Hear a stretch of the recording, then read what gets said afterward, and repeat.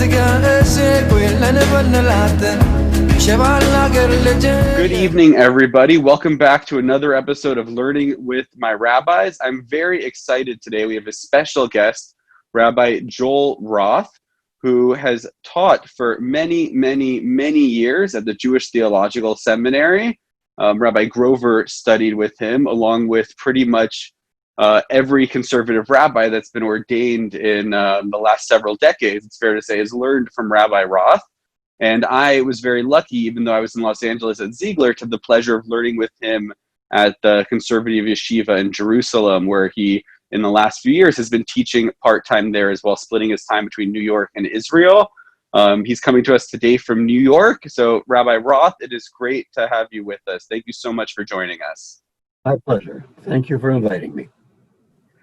So just as we begin, the same way with all my guests, I would love to hear a little bit about your own personal story. What is it that brought you to the rabbinate? We'll be glad to tell you. I decided when I was about 12 years old that I wanted to become a rabbi. So whether I had sophisticated reasons when I was a 12-year-old or didn't have sophisticated reasons, I leave for you to judge and to decide. I had already begun to attend the Ramah camps by the time I was that age, and I was very impressed by the teachers who were teaching me in camp, and most of them were either members of the faculty of the Jewish Theological Seminary, or they were rabbinical students at the Jewish Theological Seminary. And it seemed to me that it was a wonderful path to follow. And that is when I basically decided that I wanted to be a rabbi. Now, at least be honest and tell you that after all, I was only 12 years old. I did intervene occasionally and say, yeah, maybe I should be the third baseman for the Detroit Tigers. And I also, at the time, was taking violin lessons. So I alternated between being a rabbi, being the third baseman for the Detroit Tigers, and being the concertmaster for the Detroit Symphony Orchestra. Well, you can tell, since you've never heard of me as a third baseman for the Tigers and never heard me play the violin, which I wouldn't do today because it would be an embarrassment to me to even pick it up and try, then I became a rabbi. And I must say that during my entire training for the rabbinate and everything, I was intent on becoming a congregational rabbi, but I never did do that because the seminary offered me a position to teach, and the rest is history. That is to say, they offered me a position to teach even before I was ordained, and I just spent the rest of my career teaching there, and now will be on sabbatical this year, and in June 2021, when I will be 81 years old, I will retire. A much-deserved retirement. You've been at the seminary. You were ordained, if I read correctly, I believe 1968. Yes, I will tell you a fascinating story if you want now. Sure. I entered the rabbinical school in 1962. And I entered the rabbinical school on what was then called a 4-year program. All right? Which means I was supposed to be ordained in 1966. In those days, there was still mandatory draft in the United States, and the rule of the Rabbinical Assembly was that if you passed your physical for the military, then when you were ordained, you had to go into the military. So come 1966, I passed my physical, but at that point, the seminary had invited me already to begin teaching and to work on a doctorate. So the seminary said to me, Joel, what we have to do is postpone your ordination because otherwise you're going to have to go into the military in 1966 and you'll postpone being on the faculty and working on a doctorate. So I was postponed a little bit, and my ordination in 1968 was allowed because being a member of the faculty was considered the equivalent of a hardship position. And considering the salary I received as a member of the faculty in 1968, as opposed to what my classmates would have received in their pulpits, it was indeed a hardship position. So that is, in fact, I should have been ordained in 66, but you are technically correct that I was ordained in 1968. Wow. I wish I could say that my own ordination was postponed because I was invited to teach. Instead, it was Hebrew grammar that took me a little bit of extra time there. But what exactly did you do your doctorate in? What was your thesis and area of study? I did my doctorate in the Talmud department, of course. That was, in those days, Louis, the only department that was actually giving doctorates. All right, you couldn't get a doctorate in Bible in the 60s when I was at the seminary. And what was very common in that era was that for a doctorate, you did a critical edition of some important work and published that edition. And I did that of a 13th century legalist whose name was Mordechai ben Hillel. Please do not confuse him with the name of the street in downtown Jerusalem that is called Mordechai ben Hillel. That's a different Mordechai ben Hillel.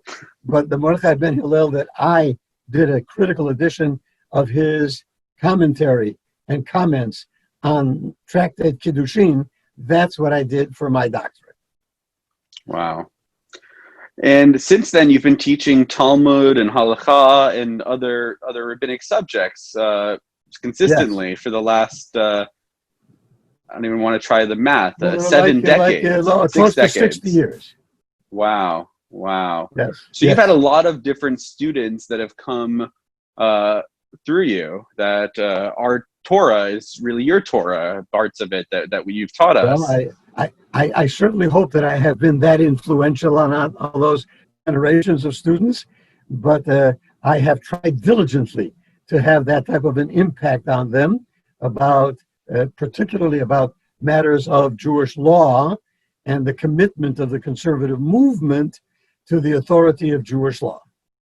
So I want to come back to that a little bit and talk about the conservative philosophy, but I was curious if there are any of your teachers in particular that were very impactful to you that you could maybe share a story to with us. I will be delighted to share 2 stories with you. All right? 2 stories with you. In my era, as a student and as a faculty member, the outstanding member of the Talmud department, the highest level of the faculty was Professor Saul Lieberman. Now, regrettably, sometimes there are students who get ordained for the seminary these days and don't even know who Saul Lieberman was. But Saul Lieberman was the greatest scholar of Talmud, and I mean this seriously, this is not an exaggeration, the greatest scholar of Talmud since the Gaon of Vilna. I just don't believe there was a greater scholar of Talmud. In any event, approximately the mid or toward the late 70s, right? Toward the late 70s, a female student at JTS came to talk to me. Now, please remember, she was not a rabbinical student. There were no female rabbinical students in the mid to late 70s in the Jewish Theological Seminary. That was before we admitted women to the rabbinical school, all right? So this student came to me and asked me, by then I was already a member of the faculty, but I wasn't yet, I didn't yet have tenure, okay? But this student said to me, "Tell me, Rabbi Roth," she said, "could I come to the seminary's morning minyan wearing talis and tefillin?" And I said to her, "If you are asking my opinion, the answer is absolutely yes. But I warn you not to expect a royal welcome if you come to the minyan wearing talis and tefillin." So this young lady started coming to the minyan, and she wore talis and tefillin. Now, Professor Saul Lieberman came every day to the minyan. And so he obviously saw this lady, as did other members of the faculty who attended the daily minyan. After her third day coming to the minyan, wearing tallis and tefillin, Professor Lieberman, who was not a small talk type, came up to me after the davening and said to me, I will not imitate his accent, he said to me, Roth, tell her she shouldn't do it. Well, I got to tell you, there was no question in my mind who her was, and there was no question in my mind what it was. And I remember I was not tenured yet as a member of the faculty. I took a deep breath and I said, Professor, if you are telling me to tell her in your name that it is halachically forbidden for her to wear tallis and tefillin, I will be your agent on that matter of halakhah as I am on basically all matters of halakhah. And he said, no, tell her it's not aesthetic. And I said, Professor, please forgive me, but I would be your messenger on a matter of Jewish law, but not on a matter of aesthetics. He never said a word to her. He continued to attend that minyan daily. So no member of the seminary faculty ever said to a woman, you should not come to the minyan wearing tallis and tefillin. That's my story to you about Professor Lieberman. Now I want to tell you a story about Professor David Weiss Halivni.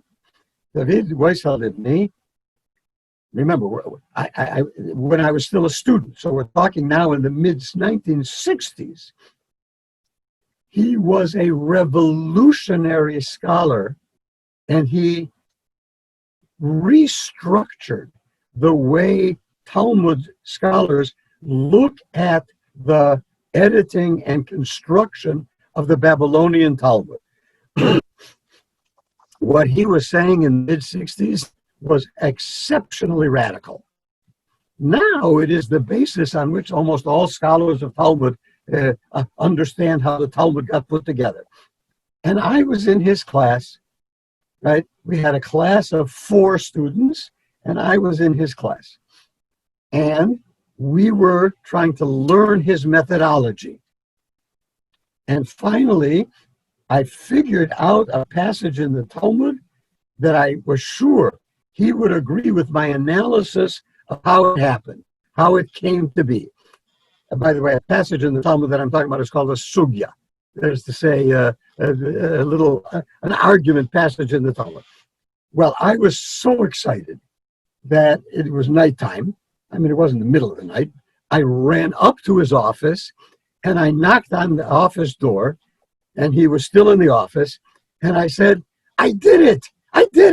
I figured out a sugya according to your method. And he smiled and he said, come in, Joel. And I came in. He took out his Gemara. He said, explain it to me. And I explained to him what I thought. Well, I got to tell you, he was ecstatic. And he said, I am probably more happy than you are. I said, I'm not sure I believe that, but okay. He said, because all of my colleagues tell me that what I think cannot be taught. It's just too intuitive. You cannot really convey to students how to do this. And now I can go to them and say, but Joel Roth came to my office and he analyzed the sugya in my method. Those are my 2 quick stories. I love them both. They're great stories. Although now I think most of us recognize that Joel Roth is not your average rabbinical student. Well, thank you very much. That is a very, very nice compliment for you to have given to me. But the 4 people that were in my class, I was one of them. Hillel Hyman, who died quite a while ago already, was another. And Mordechai Friedman was the 3rd. Mordechai Friedman is a winner of Pras Yisrael for Jewish Studies in Talmud, has spent the most of his career in Israel, and he and Hillel and I were 3 of the 4 students, right? And Hillel was was one of these became a member of the seminary faculty. So yes, maybe all other rabbinical students were not quite as good as we were in Talmud, though some of them were much better than we were in Bible or in philosophy, right? It's just in Talmud that they may not have been as good as we were, right? But thank you. I appreciate the compliment. I love in that story that how approachable, right, such a gadol was, that you could just go knock on his door and he invited you in to sit and learn. And I think that's something that me and my classmates were a little nervous. We went to Israel because your reputation preceded you, but we found the same thing, that you were always available for a chat before or after class. Any questions, any concerns, you welcomed us to bring them and to discuss with you in the same way. So we've always appreciated that. Thank you very much. I hope my own students feel also able to come talk to me in that same way, in that tradition. I'm sure that they do. Talking a little bit now about conservative Halakhah and philosophy of Halakhah, I'm curious, because you've also spent many years as a member of the law committee as well for the movement. What is your kind of approach to conservative Jewish law? Where do you see us differing from maybe Orthodoxy and Reform Judaism? Okay, I'm delighted that you asked that question, and I would love to give you an answer. I will try to be somewhat brief, though, as you can well guess, I have sometimes spoken about that question for about 45 minutes to an hour, right? But well, I have, if anyone wants more, they can read your book on it. The Halakhic process is an excellent way to really see it in depth, that play out. Okay. Now let me try to answer your question. One part of my answer to your question is very simple. The difference between the conservative movement and reform is absolutely clear. The reform movement does not posit as part of its ideology that Jewish law is authoritative and binding. If they approve of what Jewish law says, either individually or as a movement, they sometimes do it. I'm not saying that the reform movement never does anything that is compliant with Jewish law, but they do not affirm ideologically that Jewish law is binding and authoritative on Jews. So if there's some element of Jewish law that for whatever reason they're not so in favor of, for whatever the reason, sociological reason, an ethical reason in their opinion, or whatever, they don't have to defend changing it or eliminating it. They don't have to defend that within the Jewish legal system. They can simply say, we are no longer bound by Jewish law, therefore we don't have to do it. So that is easy. By the way, I add as a PS, that is true of the Reconstructionist movement as well, that it does not affirm the binding nature, the authority and the binding nature of Jewish law. Differentiating between the conservative movement and orthodoxy is much more difficult, at least from my perspective. And that is because the Orthodox world absolutely confirms that Jewish law is mandatory and obligatory. Well, so I just used that same sentence 2 minutes ago about the view of the conservative movement, that Jewish law is mandatory and obligatory. So I want to give you an analogy that I've used for years about trying to differentiate between the two. So I'm holding my hand up so maybe people can see who will watch this. Think of my hand now as a chessboard. And the chess pieces are set up on the two sides of the chessboard, and the game is about to begin. The game I'm using in quotation marks. The game, I mean Jewish law. And here's what I want to say. everybody admits that from the time that Jewish law begins, and I don't want to argue about when that is, but I don't care if you say Moses, Ezra, the Mishnah, I don't care. Whenever you say it begins, everybody admits that the way Jewish law evolved was quite simple. I mean, simple to define. Namely, like a chessboard. As long as I moved a pawn only one row, and I moved it straight but not diagonally, the move was legitimate. And if as a result of a move, it was a legal move, like I moved a bishop diagonally and I took off your knight, I changed the configuration of the board. But it was perfectly legal because I moved my piece legally. And the result was that I took off one of your pieces. And this is the way the game progressed until the 16th century. And in the 16th century, Joseph Caro, the author of the Shulchan Aruch, who composed more than just the Shulchan Aruch, but the Shulchan Aruch is what everybody still talks about. I mean, in the right circles, they talk about the other things too, but the Shulchan Aruch.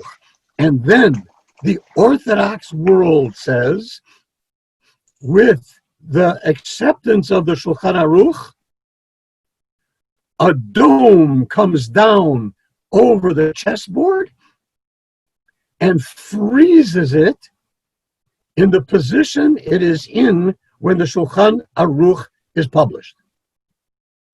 You can still answer every question, but you can no longer move a chess piece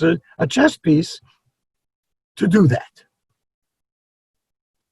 The conservative movement says there is no dome over the chessboard. The game proceeds as it always was. If you move a piece legally, even if it changes the configuration of the board, it is still legitimate. So please understand, 90 to 95% of the time, I am not in disagreement with Orthodox decisors of Jewish law. Absolutely not. But those 5% or 2% of the time, when I would be in disagreement, it would probably be because I am prepared to move a chess piece and change the configuration of the board. But I swear to you that I move it legally. I don't move a pawn diagonally. And that's the difference. And the Orthodox world would say you can't move chess pieces anymore. The game's frozen. Right. Now, sometimes I will quote some of the people who I quote in my book, especially in chapter 9. Okay? And they are from sages after the Shulchan Aruch, who, in my opinion, are moving a chess piece. And when I show that to some Orthodox colleagues, they say, but the difference is that they were great people, and you and your colleagues in the conservative movement don't have their authority. To which my answer basically is, I agree with you that we have to be humble. I agree with you that we have to recognize that our opinion may not be the only defensible opinion, and that even within the conservative movement, there can be differences of opinion between authorities of Jewish law as to what is the preferable and sometimes even more strongly worded, the only defensible behavior. But I think you are wrong to say that the sages of this generation cannot possibly do the same things within the halachic system that the sages, no matter how great they were, of previous generations did. To give you a rough analogy to the United States, I suspect that most of the justices of the Supreme Court of the United States would sort of concede that they are not all equal to the grandstanders of the Supreme Court of the past, but they would say, but that doesn't mean that our authority within the American legal system is any less in our Supreme Court than would have been the case in earlier Supreme Courts. Even if some of those members of the Supreme Court were greater than we are. That's exactly what I think. Now, I want to add one more thing here, and you can follow up on it if you want, etc. But I want to make one thing clear to you in terms of my opinion, and to whoever will actually listen or see this or whatever. I am convinced that if Rabbi Akiva were alive today, he would be teaching at the seminary, or maybe at the AJU. Okay, I'm not determining that. Okay, that is to say that he would be a conservative Jew. I am convinced that if Maimonides were alive today, he would be a conservative Jew. I am convinced that if Joseph Caro were alive today, he would be a conservative Jew. Because what I think the conservative movement stands for, and its general approach to Jewish law reflects, is what these sages of the past intended that legal system to be. Now, please understand, I have devoted my entire life to the conservative movement. Literally. I told you when I was 12, I was already going to Camp Ramah, right? I went to Camp Ramah for 40 summers. I have been at the Jewish Theological Seminary since 1962. And at the Conservative Yeshiva. It's the only thing I've devoted my life to in its entirety. And I think its ideology is correct. But we have been a tremendous educational failure in one important regard. My bet is that between 80 and 90% of the people who will listen to this tape, even in Canada, will say, I never heard any conservative rabbi talk like that. I never heard conservative rabbis say we're a movement committed to the authority of Jewish law and its mandatory nature. And it's fascinating because growing up in LA, there was sure. Let me finish one more sentence. And what percentage of conservative Jews have we succeeded with? The percentage of conservative Jews who literally keep kosher, who literally observe the Shabbat, who daven 3 times a day, who put on tefillin every morning. I don't mean Shabbat and Yom Tov, etc., right? Who consider themselves bound by Jewish law. The percentage of conservative Jews who feel that is very low. And I had, again, one more sentence, then I promise I'm going to hush up and let you talk. Here's the one more sentence. Those that we really succeed with remain ideologically conservative Jews, but many of them end up in their social life and in their religious life in modern Orthodox synagogues. You go to a modern Orthodox minyan on a campus, and you will find the success stories of Ramah and USY, who either say, but I don't have a conservative minyan here that I can daven in, or, yes, I have a conservative minyan, but none of the people who attend it feel any commitment to the authority of Jewish law. So even though I am ideologically what Roth is talking about, socially and behaviorally, I'm more comfortable in a modern Orthodox minyan. That I cry over my entire life. I want to unpack a few of those statements because there's so much said there, and it's good. I want you to share. This is about your ideas.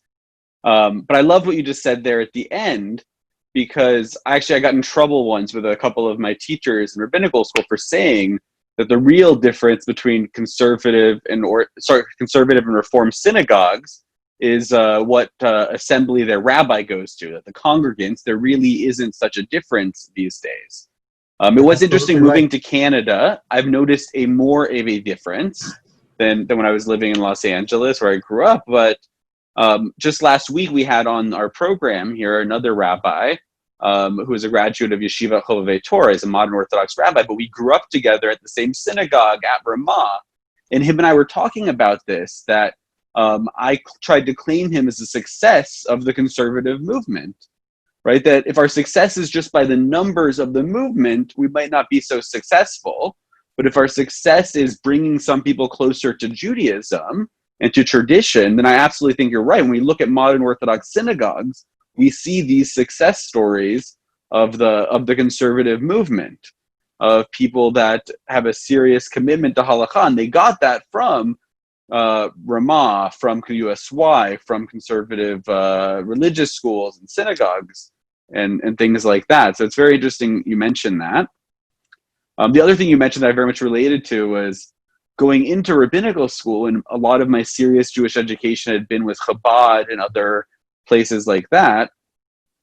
When I was in high school, and that was how I really got closer to Judaism, I very much thought there was one answer to Jewish law. And the more I learned in rabbinical school, the more Talmud I studied, the more commentaries, the different legal codes, I saw that really conservative Judaism, at least in its traditional sense, that philosophy and that approach to moving those pieces as long as it's legal, really is, to me, the authentic form, the way Judaism was practiced for the last couple thousand years since rabbinic Judaism.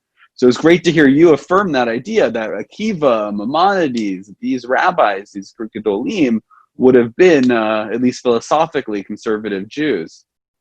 You're absolutely right. Absolutely right. Listen, I have to tell you that there are a couple of graduates of Chovevei Torah. Remember, Chovevei Torah is a new institution.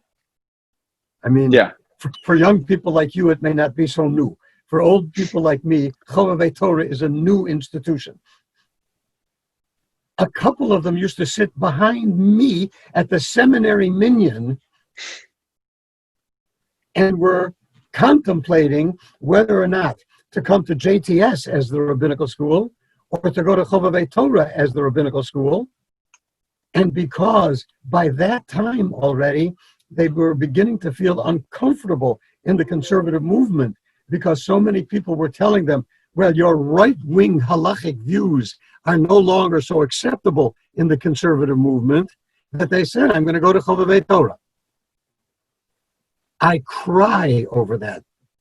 I mean, sometimes literally, because the consequence has been that what used to be an important, significant wing of the conservative movement is no longer part of the conservative movement. But I think you are right that those people are our success stories in a certain sense. Absolutely. But what I was talking about before was that in terms of lay people, members of my shul, there are very few that have internalized the idea that conservative Jews are bound by Jewish law. No, absolutely. The language of obligation is something we talked a lot about in rabbinical school, but it's not something I ever heard growing up in conservative programs and youth groups, even at camp. I always laugh because Rabbi Dorf had to literally write a book. Mitzvah means commandment, because everyone I meet really thinks mitzvah just means a good deed. And that problem exists for me and the people I meet and try to teach, and it existed in his generation so much that he wrote a book with that title. And I'm sure you've come across that time and time again. Absolutely. That mitzvah means good deed rather than commandment. Absolutely right. Absolutely right. So I have a question, though, that I'd like to push you on a little bit there, because it is very clear our differences with Reform Judaism. We even have 3 rabbinic standards that distinguish a conservative rabbi from a Reform kind of philosophy, that if you violate these, you're beyond the pale of the movement, but on that side. My question is, because I do think it's a loss, that we've lost, as you said, a large part of our movement that has been more halakhic, has been kind of pushed out and made to feel uncomfortable and unwelcome in the movement to a degree. But I'm wondering, is there anything that is the same as those barriers on the left wing, those standards that we would place on the right-hand side? Is there a practice that you would say to someone ever that's beyond the pale of the conservative movement? You are an Orthodox Jew. Could I have a black hat and payas? Could I, what, is there anything I could do on the right-hand side that would push me out of the conservative movement into orthodoxy? Well, let's put it this way. If I said that there is no way that something that the Shulchan Aruch says could ever be undone and be valid halachically, I would say that puts you outside of the conservative movement. All right. In other words, if I would say I'm a conservative Jew, but I do not think there can be halachic evolution within the conservative movement that ends up disagreeing with a psak, with a legal decision of the Shulchan Aruch, I would say that puts you outside of it, outside of the conservative movement. But I think what you're really asking me is not as a theoretical question. Would I say that if I, as a conservative rabbi, affirm that I believe that women may not be counted in a minyan, does that put me outside the conservative movement? My answer is no. The Law Committee of the Rabbinical Assembly has never, ever passed a paper that said women must be counted to a minyan. The Law Committee has never passed a paper that said women must be called to the Torah. Now, I believe that it is permissible to call women to the Torah. But that does not mean that you are outside the conservative movement if you continue to affirm the tradition that doesn't call women to the Torah. And even more about counting women in a minyan.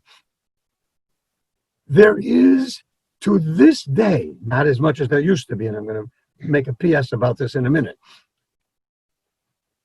there are 2 minyanim at the seminary. One that does count women to the minyan, and one that does not. Now, to support what you were intimating, half of those original students of Chovevei Torah, who used to be seminary students, would have remained seminary students, in my opinion,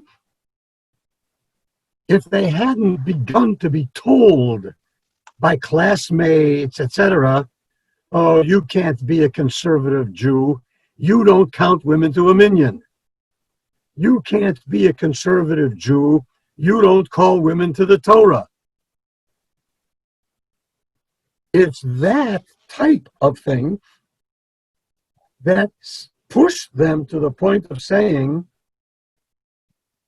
well, if you no longer think that the halachic, that the halachic pluralism of the conservative movement still can affirm that you can be a conservative synagogue and not count women to a minyan, or that I can be a conservative rabbi and affirm that my halachic position says no, that's what pushed them out. So when you say, if I found it necessary to wear a black hat and have long peyot, etc., would that be outside of the conservative movement? I guess in a certain sense, yes, but not ideologically outside of the conservative movement. But I mean, I'm not socially very concerned maybe about that happening. I'm not so concerned about that happening. Well, you mentioned the law committee, and it's always, I think, struck me as a strength of the movement, the setup of it, the idea that, at least in its current format, that there's 24 members and 6 votes is all you need to pass a opinion. Sorry, 25, you said? 25, and you need 6 votes to pass a position. Okay.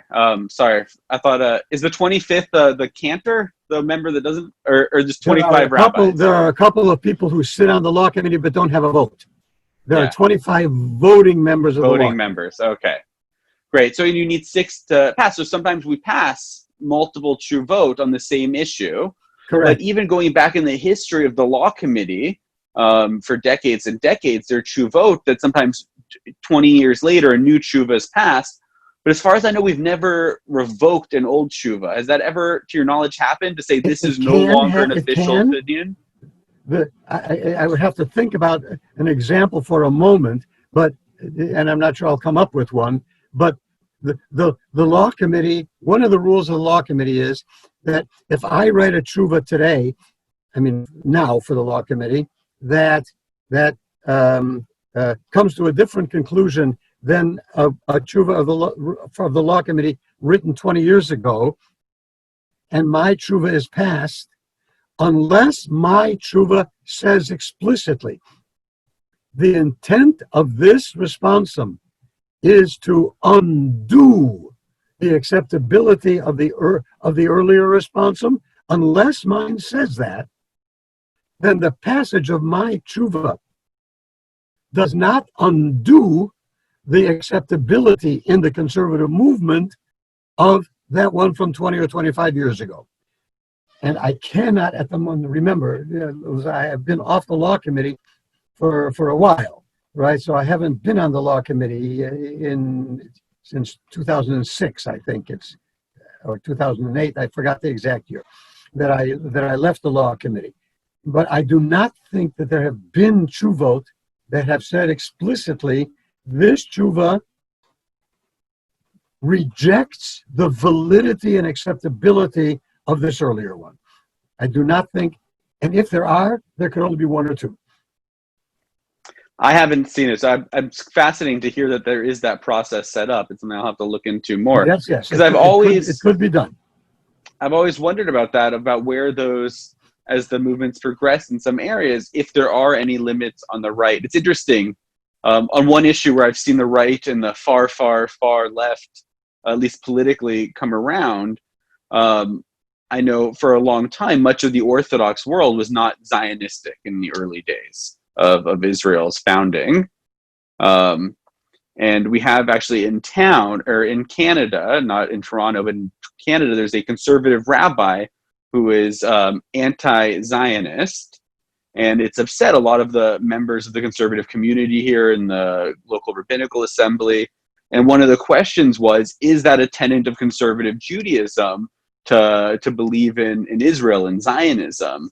And as far as I know, there's never been anything written, but that strikes me as one of those things that really seems to be outside the tenor of conservative Judaism, despite not having anything officially there.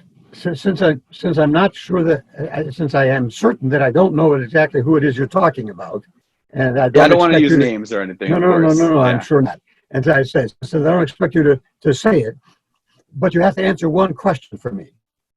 Does that rabbi say that being a Zionist is halachically forbidden?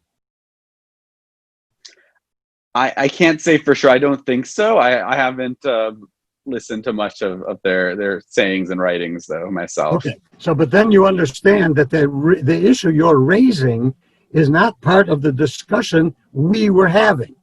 Yeah. Right?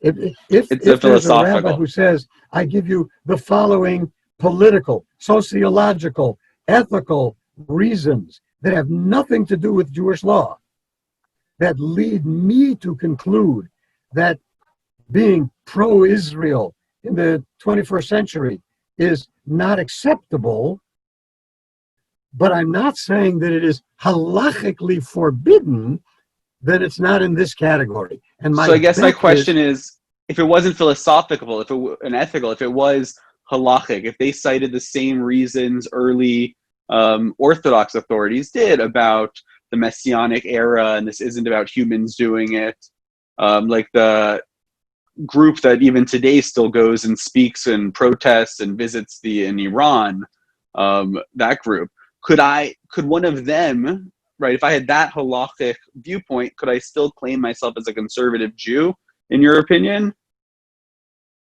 I think that the answer is yes. You might be one who sticks out like a sore thumb in that regard, okay? But I do think that you could. I think that you could. By the way, it is very conceivable to me that you could have a conservative rabbi who affirms that he or she is a non-Zionist, but counts women to the minyan, calls women to the Torah, etc. Right? And so, in that regard, is very conservative. No, it's interesting. So I wanted to maybe look at a couple of the tshuvot specifically that you've written about. And one of them, to me, is very interesting because I believe, if I had the timing of it right, it was before we talked about ordination of women and egalitarianism, was the idea of bat Kohanim and bat Leviim, the daughters of Kohanim and Levites, going up for the first or the second aliyah. And it's interesting to me specifically because at Beth Tikvah, we're only recently, in the last 3 years, fully egalitarian, including women in minyan and ritual acts. They've been Torah egalitarian for a few years before that, but we still reserved those aliyot for male Kohanim and Leviim. We don't allow women to take those first two aliyot. So I'm curious about your own argument and thoughts that went into that paper, especially separate from the issue of egalitarianism. It seemed to me that this was an entirely separate issue, that you felt women were entitled to these aliyot. Absolutely. But first of all, let me point out, you may have seen me turn around and pick up a book that has that paper published in it, and that paper was passed by the Law Committee in 1989. So by then already, we were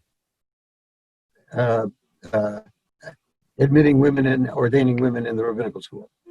Okay, I apologize. I had the timeline wrong. No, that's okay. So here is my reaction to what you've raised. The question, the Jewish legal question. Let me start that differently. That paper was written based on an assumption that I am a rabbi in a synagogue that still differentiates between Kohen, Levi, and Yisrael.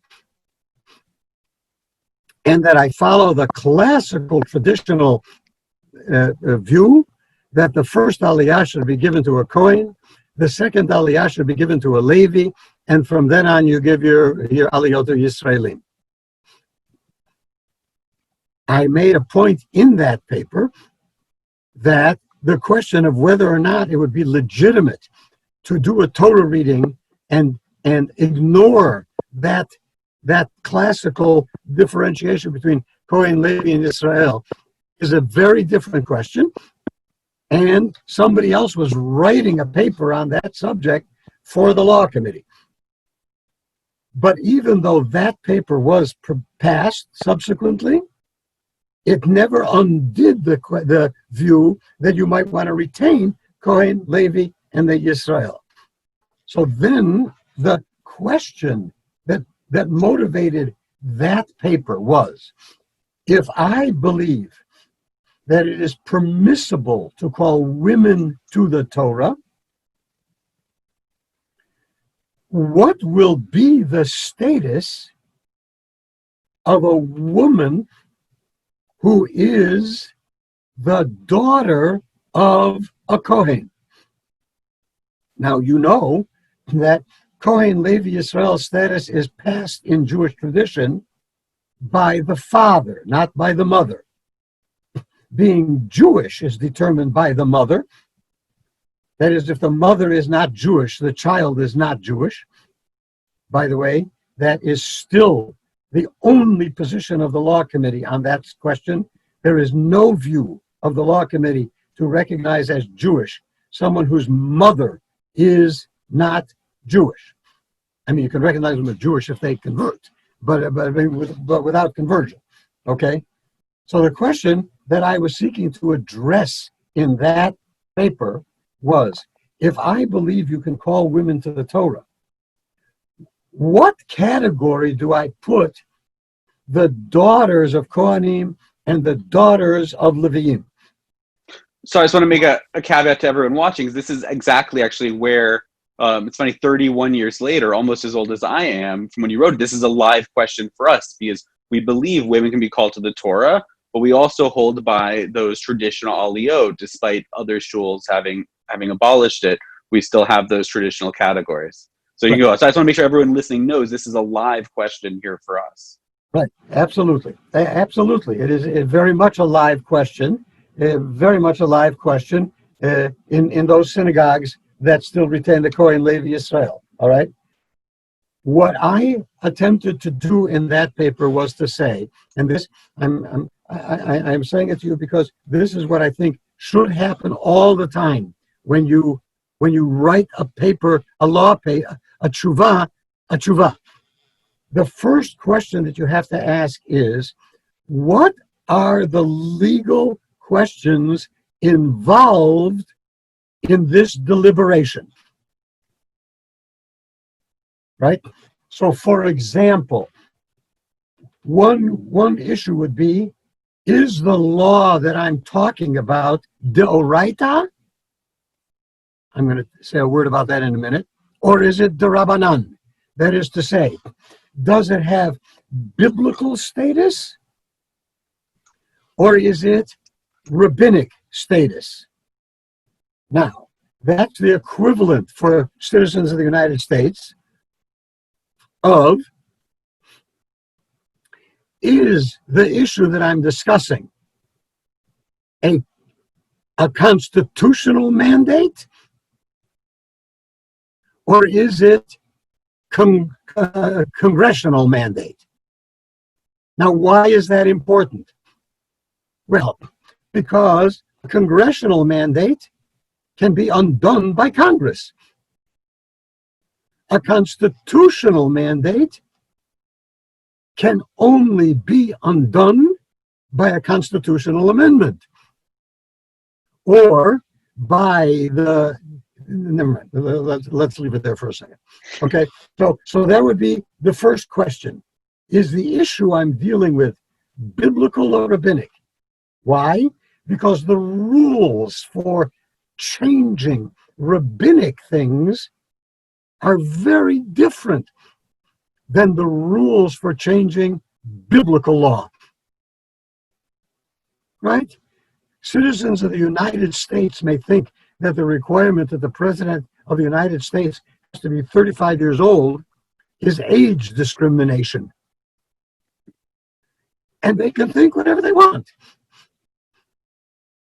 But neither Congress nor the Supreme Court can undo that requirement. The way the American legal system works, that requirement can only be undone by a constitutional amendment. Right? So if I want to discuss, can a Jew eat pork? The first thing I have to make clear is that the authority of the prohibition against eating pork is biblical. It's not rabbinic. Then I can discuss all the things I want about why I think Jews ought to be allowed to eat pork, etc. But have to recognize that the only way for me to do this is the halachic equivalent of a constitutional amendment. A constitutional amendment never takes place by Congress voting, and that's enough.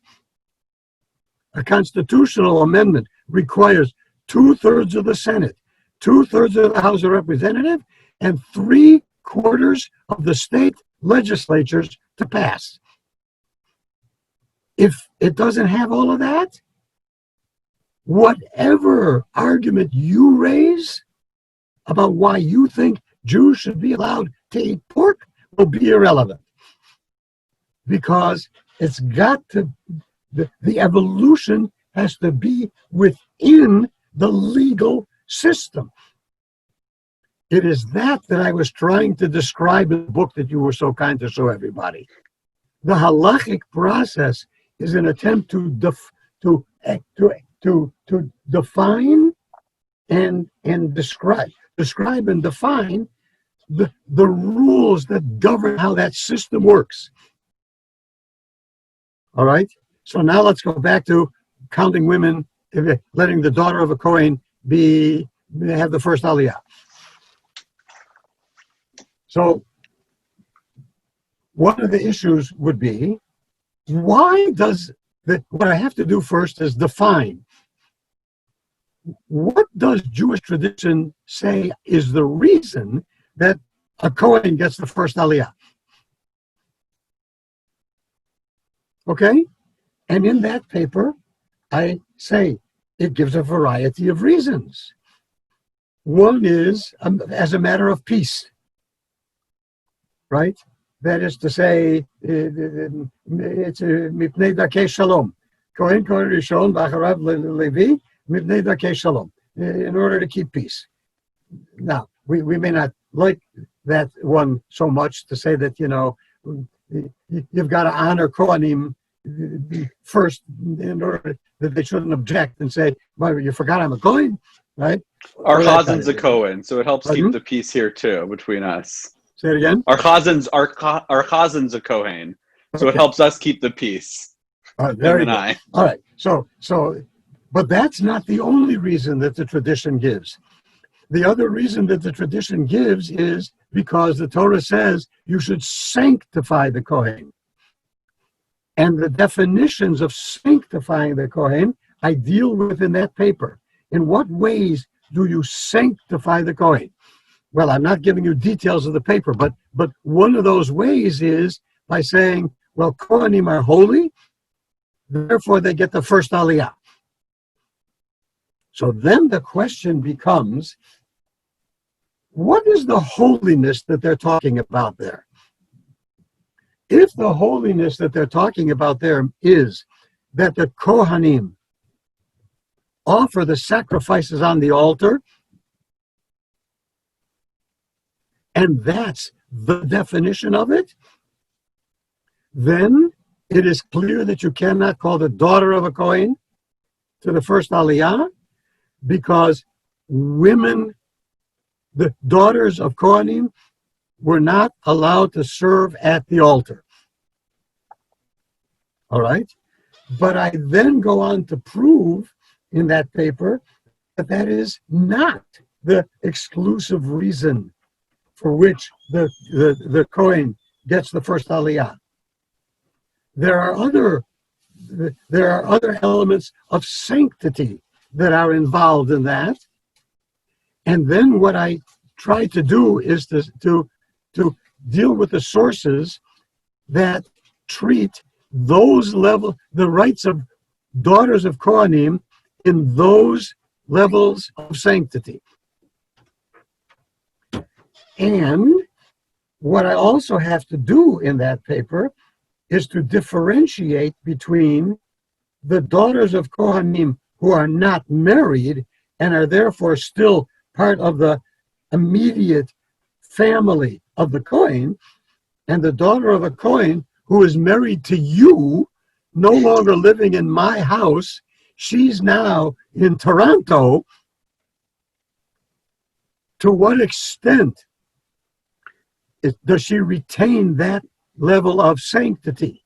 Now that's called, I call that in that paper, associative and lineal. Lineal. Right? That is to say, to what extent is certain rights of women who are daughters of Kohanim, right? Is it because they're the daughter of a Kohen and they're living in the Kohen's house that it's associative only? Or is it something to do with their lineage, that part of their genetic makeup includes, I mean, I didn't use that phrase in the paper, but part of their genetic makeup includes that type of sanctity.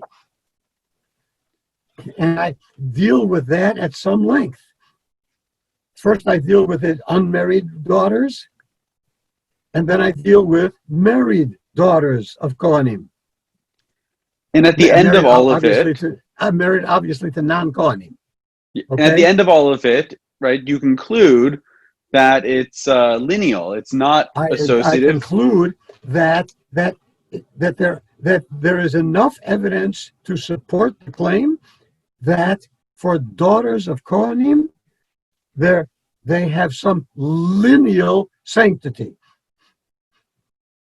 And therefore, in my opinion, it would be permissible to say that the requirement to sanctify priests by giving them the first aliyah and all sorts of other things could be applicable in Torah reading, which is permissible to a woman, could be applicable to the daughters of Kohanim because of their lineal sanctity, and they can therefore receive that first aliyah.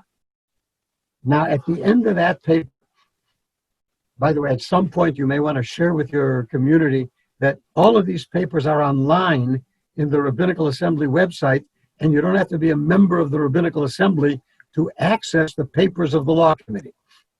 You have to be a member. I'll put a link in for them when this is online. I'll put a link in. People can see where all of these things are. See how they can do that we're talking about. So they can read it and see exactly how it happens. And forgive the typos in the Hebrew in that paper. It drove me crazy when I relooked at it, why there were so many typos in the Hebrew. In any event, I concluded that they have enough of a level of lineal sanctity that they could receive that aliyah.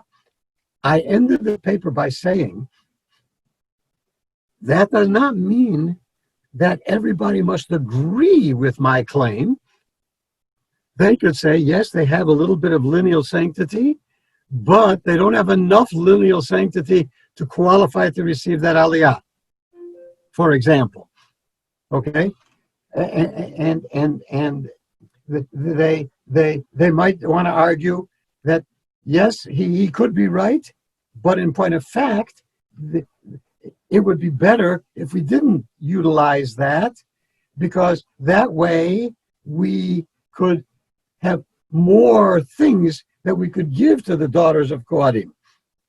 In other words, if I could give them Shlishi, Revi, Chamishi, Shishi, or Shavi, and not restrict it to the first aliyah, because I make it clear that if I'm going to say the lineal sanctity applies, then it means the same way that I don't give a Kohen Shlishi or Revi or Chamishi, I wouldn't give the daughter of a Kohen Shlishi, Revi or Chamishi. And I list all of those at the end. And if you paid attention, and I'm not sure whether you did pay attention, this is one of those cases that you were talking about. This paper passed with 7 votes in favor and 7 votes against. Opposed. All right. There must have been a bunch of people absent that day, because there were 7 in favor, 7 opposed, and 2 abstained. Right. So that's 14. That's 16. That means 9 people were not present at the meeting. 9 voting members were not present at the meeting. Wow. But it is still considered, therefore, in theory, an acceptable position of the law committee. And there have been other papers passed since that have also dealt with issues of aliyot and whether or not, you mentioned even in this paper in the addendum that someone else is doing a paper about should we abolish the whole system. Correct. But yet, for places like us that still hold to that system, it definitely is still incredibly relevant. I have one more question about paper, and I really appreciate your time, so I don't want to take too long. So Rabbi, I have one more question I'd love for you to talk a little bit about. In the paper about the ordination of women, which I'll also put a link to from the website, it's also in a larger book that's been published with different essays about that topic. But you address very in it the question of edut, of testimony, of witnesses of females, and can we accept the testimony of women? And in the actual essay, you use this language that's fascinating to me, where you talk about the systemic right of the learned who are committed to Halakhah to openly and knowingly abrogate the prohibition against women serving as witnesses. This is the ultimate halakhically warranted act and not a non-halakhic act. I'm curious what you meant by that, if you clarify that a little bit more for us, the idea of it being the halakhic act. I certainly can. This is another issue on which I have often spoken 45 minutes, but I will try to be considerably more brief than that. But here's what that here's and it's linked to one of the earlier things I said today here, and here it is. The prohibition against women serving as witnesses in the Talmud is linked directly to a verse in the Torah. Don't worry about the verse, etc. But it is linked directly to a verse in the Torah. It is the equivalent of the Supreme Court of the United States saying the right of a woman to have an abortion, if she wants, is linked to the following clause of the Constitution. Well, when the Talmud says that the prohibition against women serving as witnesses is directly linked to this verse in the Torah, that makes the status of that prohibition deoraita. That is to say, it has the authority of the Torah. It is not the Rabbanan. It is not just rabbinic. It is in the same way as when the Supreme Court says that this law is linked to this clause, it makes that law a constitutional mandate. All right?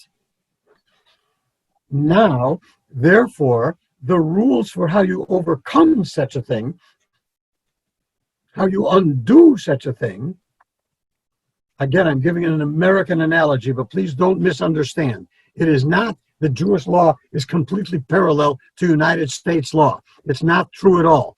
But I can give this analogy and people will follow it. I use the example of Roe v. Wade, which is the Supreme Court decision permitting abortion, which is linked by the decision to a clause in the Constitution. But it's not a clause in the Constitution as clear as the president must be 35 years old. It's the Supreme Court interpreting a clause in the Constitution to imply this right for women. Now, how can you undo that in the United States? In one of two ways. You can have 2/3 of the Senate, 2/3 of the House, and 3/4 of the state legislatures overturn that constitutional decision of the Supreme Court and amend the Constitution. Or the other way to do that is for the Supreme Court at a later time to say, we hereby overturn the reading of the earlier Supreme Court of the Constitution. The earlier Supreme Court understood this clause to imply that women have this right. We, the current Supreme Court, do not. We overturn that reading of the meaning of that clause. You understand that that's why the Supreme Court could never undo the requirement that the president be 35, because that's an explicit statement in the Constitution. That's why you could never easily undo the prohibition against eating pork, because that's an explicit prohibition in the Torah. Now, I link this to what I was just talking to you, just saying.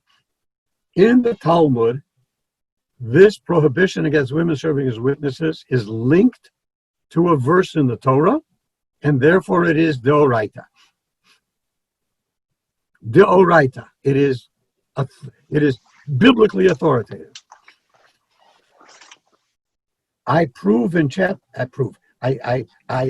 argue and demonstrate in chapter 7 of my book that the sages of the Torah, the sages of every generation, have the authority.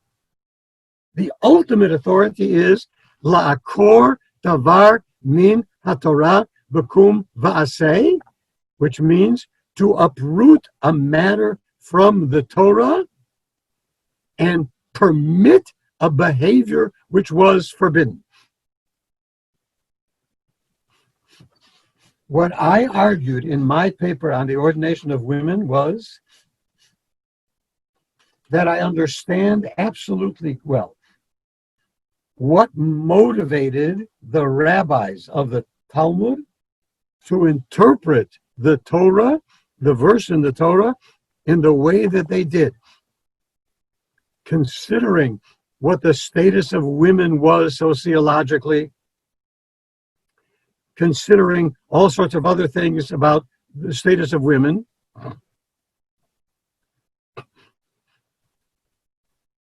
But in our world, that status has changed. And it seemed to me that the time had come that we needed to say, women are entitled to be witnesses. But it is a biblical law. And I said, and I say to this day, 25 rabbis sitting on the law committee of the Rabbinical Assembly, all of whom were the students of the great rabbis, Lieberman, Dimitrovsky, Halivni, Frankis, Zlotnik. 25 guys, and in those days there were only guys. Now there can be women, there are women on the law committee too. Sitting on the law committee to exercise this ultimate right without the agreement of the greatest rabbinic minds is the epitome of audacity and unacceptable.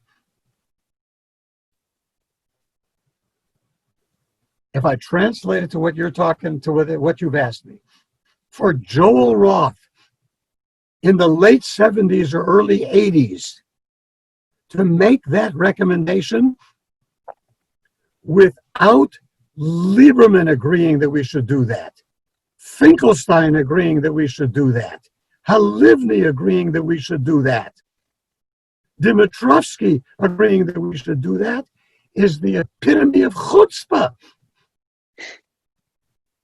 And all of those greats were not prepared to say yes. And I feel that way until today. I feel that way until today. To amend the Torah, to amend the reading of the rabbis, of the Torah itself, that's the ultimate authority. I don't deny that the authority exists. But in order to make it meaningful, it has to be agreed to by the rabbis whose reputation as great scholars and sages is so uncontested and unquestionable that the entire Jewish world will have to look at it in a positive manner. And that's what I was saying. If Lieberman had said, I agree with Joel Roth that we should do this, I'm telling you now that at least 75% of the Orthodox world would have said, Lieberman agreed? Maybe really it's okay. I end with the following comment. Part of what motivates me is also worrying about Klal Yisrael. I'm going to say one thing that if the wrong people listen to this, they're going to yell at me in extreme and all that. I am also a member of the Beit Din of the Conservative movement. The Beit Din of the Conservative movement deals primarily with approving people to be people who write a get, and deciding certain divorce matters. Beit Din of the Conservative movement does not allow our get writers to use women as witnesses on a get. Even though many rabbis are prepared to have women as a witness on a ketubah, the Beit Din does not allow our get writers to use women as witnesses on a get. It comes up periodically for deliberation again, but thus far it is still the rule. And the reason behind it is the impact on Klal Yisrael of using a woman as a witness on a get can be very, very significant and severe. Not just for her, but children are affected in it. Even she.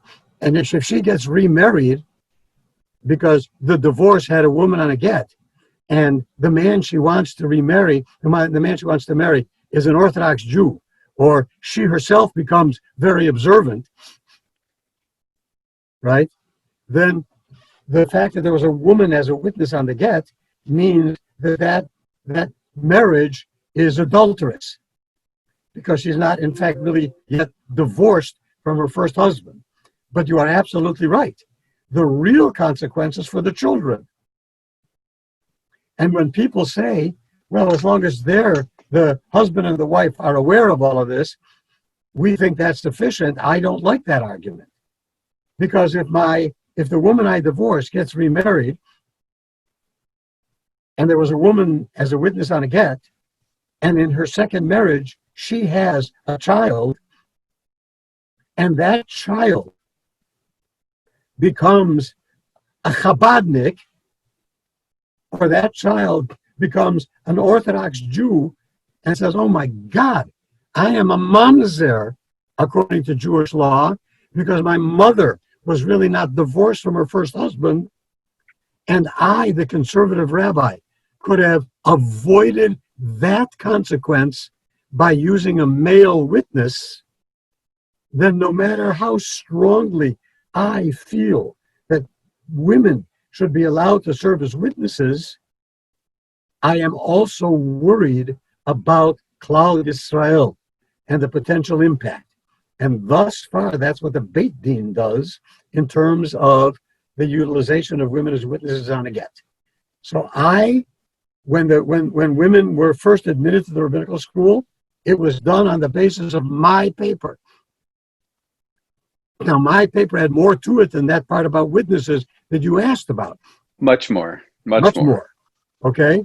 But even once we admitted women to the rabbinical school, I would not utilize women as witnesses because this ultimate amendment of a Torah law was not supported by the authorities sufficiently authoritative to impact the Jewish world.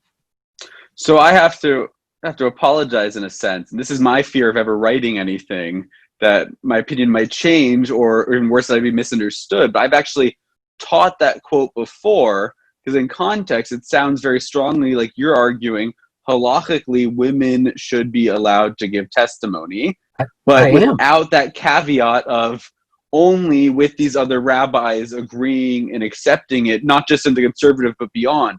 So I may have made your position sound stronger when I've taught this before myself. So I apologize if I've misrepresented. Okay. But now at least when you do it in the future, you'll be able to say what I say. But I'll have better clarification. But I'm curious, because I see for you, those were the Gedolim, right? And I think for my generation, you're very, not to make you blush, but you're very easily included in that list of Gedolim, obviously, for us. But when you keep using the analogy of the Supreme Court, right, even a later one, right, can overturn the earlier one. The issue there is it's very agreed upon who are those 9 members, who is on the Supreme Court. Right. But even saw Rabbi Lieberman, from what I've heard, was that he was very well respected in the Orthodox world, and that there's big hope that the Lieberman clause in a ketubah to deal with the issue of agunot, of women whose husbands won't give them a get, that was going to be accepted. But my understanding is even that is not widely accepted beyond the conservative movement as well. Do you ever imagine that the non-conservative world is going to recognize our scholars as members of that Supreme Court? Well, let's put it this way. I have serious doubts, especially now in the modern world, that the Orthodox world would ever think of recognizing, no matter how great the scholars are of the conservative movement, recognizing them. On the other hand, let me talk a minute about the Lieberman clause, right? If I'm an Orthodox rabbi and I don't accept the Lieberman clause, okay, that does not invalidate the ketubah that contained the Lieberman clause and which was signed by 2 men. So I can say, I reject the Lieberman clause, okay, but that is not going to have impact on Klal Yisrael, on the validity of marriages of Klal Yisrael. And while I am flattered to the nth degree by your saying that maybe I'm this generation's Lieberman, so I have 2 responses. Number 1, I actually knew Lieberman, and I ain't Lieberman. There's no way I'm the equal of Lieberman. But even if I were, my concern that I raised with you is remember, when I said it to you before, I said if Lieberman agreed, and Halivni agreed, and Dimitrovsky agreed, and Faur agreed, and Frankus agreed, if they all agreed, right, The Orthodox world, I think, would have been more amenable then. Now, if it's Joel Roth who agreed, the Orthodox world would say, yeah, but he just doesn't have the status that we have to take that so seriously. I do recognize this as an issue. I really do. I still would love to see the sages of the Orthodox world agree to this. And I believe there are some who would. But they would then be read out of the Orthodox world. We saw very recently how a couple of Orthodox rabbis, when they talked about Zoom for Passover, were treated and quickly recanted statements after their statements were made public, some of their more liberal rulings. So correct. It's a tough gig. I won't list the names of some of those Orthodox rabbis, but you and I bet half of your congregation will know some of the Orthodox rabbis who would probably be inclined to say, yes, if we could really get, I'll use some dead people's names, Soloveitchik to agree. If we could get Moshe Feinstein to agree, now we should uproot that rabbinic understanding of that verse in the Torah. They would say, my God, Soloveitchik agreed, Moshe Feinstein agreed. There's got to be some validity to it. But in the absence of that, I worry about Klal Yisrael. And so especially about Gittin, I'm not ready to do it. I understand. Our final question, because I know you have to go, is just, can you share a quick piece of Torah that's been significant to you? I've asked every rabbi on the show, some teaching on any topic that you've really found meaning in your own life. Yeah, okay. Or value. So, yes. I want to quote to you what the Gemara says after some extensive deliberation of whether the law follows the school of Hillel or the law follows the school of Shammai. Right? The Gemara says, Elu va'elu divrei Elohim chayim. Now, I'm sure that you and almost everybody listening to this has heard that quoted by conservative rabbis. What they never hear is the last three words. All right? First, I better translate what I said thus far. Elu va'elu divrei Elohim chayim means the words of both parties, of the disputants, are the words of the living God. That is, there is nothing undivine about the view of the school of Shammai.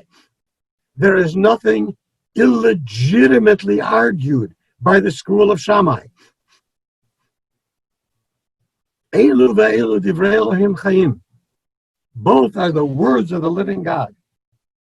That is an affirmation of the possibility of halachic pluralism. V'halakhah k'divrei Beit Hillel is the end of the sentence. But the law follows the view of the words of Hillel. Now listen. I don't mean listen you. I mean listen everybody who's listening. Right? Please understand, that statement of the Gemara is made at least 150 to 200 years after the school of Hillel and the school of Shammai. And what I am trying, my answer to your question is, I want everybody to understand that yes, there is halachic pluralism. And for some protracted period of time, there can be some Jews who behave this way and some Jews who behave this way, and that is valid. But most of the time, precedent evolves ultimately in favor of one position above the other. And when that happens,